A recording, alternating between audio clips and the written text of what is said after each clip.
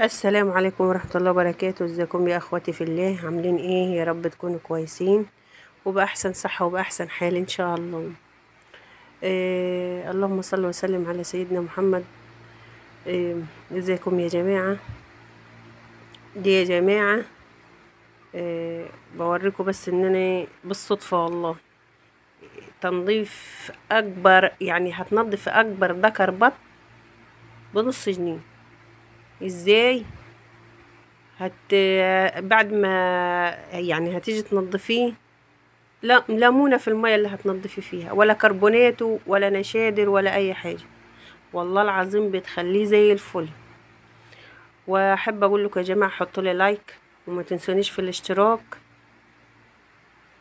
وقلت لكم يا جماعة قبل كده ان نفسي قناتي تكبر معاكم وبيكم.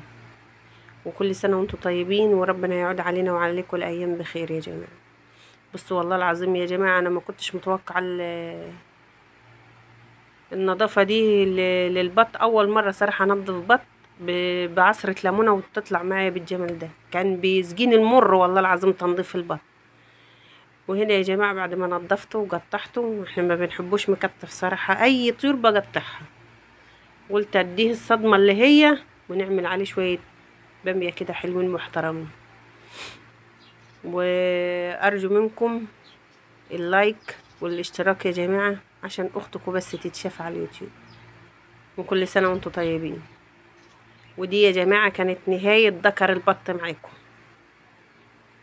وربنا يحسن ما بين ايدينا وايديكم اجمعين يا رب العالمين. ولو مشغول صلي معايا على الرسول عليه الف صلاة وسلام. فبقول لك ده المكون الليمون ده في جميع البيوت، يعني اللي هتشتري ولا، والله العظيم جربي كده وقولي لي. واللي تجرب يا جماعة ارجو ان هي تكتب لي تعليق بسيط كده لقناتي تفرحني بيه. وكل سنة وانتم طيبين. ودي يا جماعة حطيت له ليمونة والتوابل بتاعتك طبعا بتاع الفراخ او ورق اللورة وقشرة برضو ليمون في الشوربة بتبقى حلوة والله. او شرح شرحة ليمون كده، شرايح ليمون وبصلة وطماطماية، وبالهنا والشفا. وربنا يعود علينا وعليكم الايام بخير يا رب. يعني يا جماعة فيديوهاتي كده على قد حالي، ارجو ان هي تنال اعجابكم. وكل سنة وانتم بالصحة والسلامة. ويا رب يا رب اللي يشوف لي الفيديوهات ويحط لي لايك يوعدوا بزيارة النبي ان شاء الله. وكل سنة وانتم طيبين. بس يا جماعة والله العظيم كان حكاية.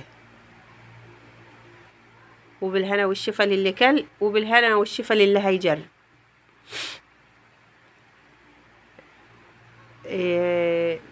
والسلام عليكم ورحمة الله وبركاته.